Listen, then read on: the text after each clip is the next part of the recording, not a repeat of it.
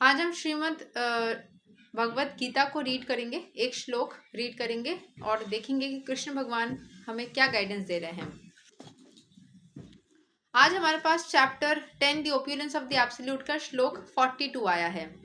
अथावा बहुनैतेणा किं ज्ञातेना तवर्जुना विस्ताभ्याहम् इदं कृष्णाम् एकांशेणा स्थितो जगत्। But what need is there, Arjun, for all this detailed knowledge? With a single fragment of myself, I pervade and support this entire universe. What need is there, Arjun, for all this detailed knowledge? ये सब पूरे knowledge की क्या जरूरत है अर्जुन, जबकि मेरा एक single fragment I pervade and support this, मेरे एक सिंगल फ्रेगमेंट से मैं इस पूरे यूनिवर्स को का टेक केयर कर सकता हूँ, सपोर्ट कर सकता हूँ। द सुप्रीम इसमें ना वो अपने बारे में सब कुछ बता रहे थे, ओपिनियंस ऑफ द एब्सोल्यूट, कि वो कहाँ कहाँ किस किस चीज़ में है, कि कितने ज़्यादा वो व्याप्त है, जबकि एक ही सिंगल फ्रेगमेंट से वो पूरा चीज़ को कर सकते हैं। The Supreme Lord is represented through the entire material universes by his entering into all things as the Super Soul. The Lord here tells Arjuna that there is no point in understanding how things exist in their separate opulence and grandeur. He should know that all things are existing due to Krishna's entering them as Super Soul.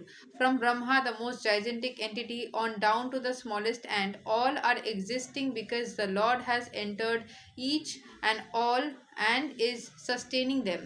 तो supreme Lord के हर एक चीज़ में, कण कण में, जैसे मैंने ना ऐसे बहुत सारे पॉडकास्ट देखे थे जहाँ पे सब लोग बता रहे थे कि कृष्ण, अर्जुन ही कृष्ण है, इंद्र में कृष्ण है। तो मतलब ये स्पेसिफिक एग्जाम्पल्स के लिए मेरी अंडरस्टैंडिंग ये कहती है कि सिर्फ इन्हीं चीज़ों में कृष्ण है ऐसा नहीं है, ये तो बेस्ट ऑफ द बेस्ट है, तो उसके एग्जाम्पल्स के लिए उनको प्रमोट किया गया है। उनके अंदर तो है ही, बट हर कण में भगवान है, इसीलिए वो स्थित है। एक छोटे से फ्रैगमेंट के जरिए भगवान ये पूरे अपने ही छोटे से एक फ्रैगमेंट के जरिए पूरे विश्व को वो सपोर्ट कर सकते हैं, थोड़ी सी एनर्जी से। उनका इतना व्याप्त एनर्जी जो है, उसमें से थोड़ा सा एनर्जी भी पूरे दुनिया का देखभाल कर सकता है। ठीक है, so is represented throughout the entire material universe by his entering into all things as super soul. The Lord here tells Arjun that there is no point in understanding how things exist in their separate opulence and grandeur. उतना detail में समझने की जरूरत नहीं है कि कैसे सारी चीजें हैं। He should know that all things are existing due to Krishna's entering. मतलब जैसे बॉडी के हर एक ऑर्गन कैसे काम कर रहा है, किस तरीके से हो रहा है, एक मोमेंट में, एक सेकंड में कैसे क्या हो गया, उतना डिटेल जानने की जरूरत नहीं। आप बस इतना जानो सिंपल वे में कि कृष्ण के एनर्जीज के वजह से सारी चीजें एग्जिस्ट कर रही है, वो हर एक चीज़ के अंदर एग्जिस्ट करते हैं, इसीलिए। और वो किस तरीके से करें उतना समझने की ज़रूरत नहीं है, बट हाँ समझने का मन तो करता ही है, मुझे तो करता है एटलीस्ट।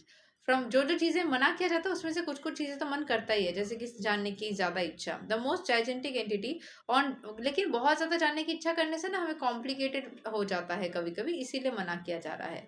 एक छोटे से एंट से लेकर के हर एक चीज में, हर एक वस्तु में ईश्वर की प्रेजेंस है, because the Lord has entered each and all and is sustaining them. सबका देखभाल वही कर रहे हैं।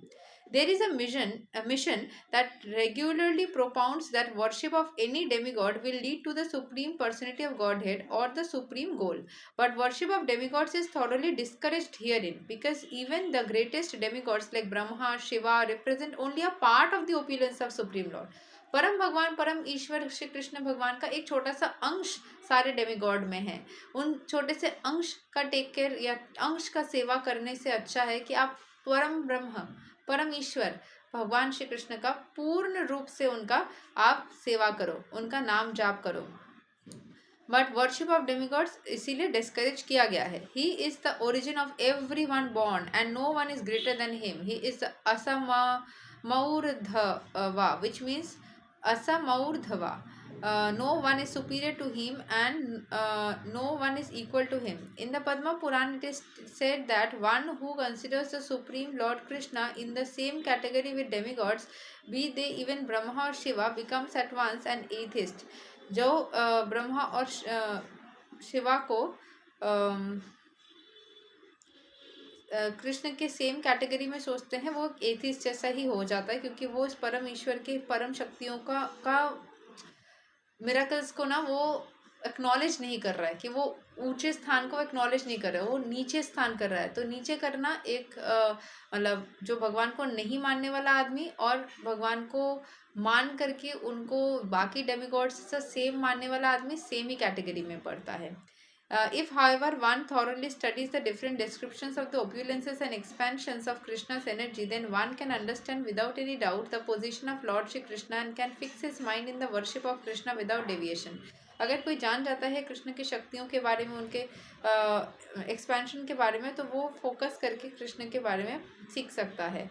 The Lord at is all pervading by the expansion of his partial representation, the super soul, who enters into everything that is. Pure devotees therefore concentrate their minds in Krishna consciousness in full devotion service, therefore they are always situated in the transcendental position. Devotional service and worship of Krishna are very clearly indicated in this chapter in verses 8 through 11. That is the way of pure devotional service. How one can attain the highest devotional perfection of association with the Supreme Personality of Godhead has been thoroughly explained in this chapter. Srila Valadeva Vidya Bhusana, a great acharya and disciplic succession from Krishna, concludes his commentary on the chapter by saying, Yat Chakti Lesat Suryadya Bhavanti Ati Ugra Tejasa Yad Amsena Dhritam Vishwam Sa Krishno Dasame Irchate. From Lord Krishna's potent energy, even the powerful sun gets his power, and by Krishna's partial expansion, the whole world is maintained.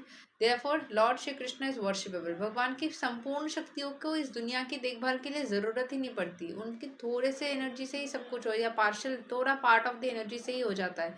ये पूरी energy इतनी ज़्यादा है कि एक विश्व को क्या लाखों करोड़ों विश्व का टेक केयर कर सकता है। ठीक है, सो बस उनके प्रेजेंस से चीज़ें हो रही है, इस बात को समझो, इस बात को एक्सेप्ट करो। बाकी किस तरीके से कैसे क्या हो रहा है उतना समझने की ज़रूरत नहीं है, वो थोड़ा सा सीक्रेट रखने दो कृष्ण को, वो चाहे तो बता देंगे। आज के लिए ये तक। Thank you so much. Hare Krishna, Radhe Radhe, जय श्री राम।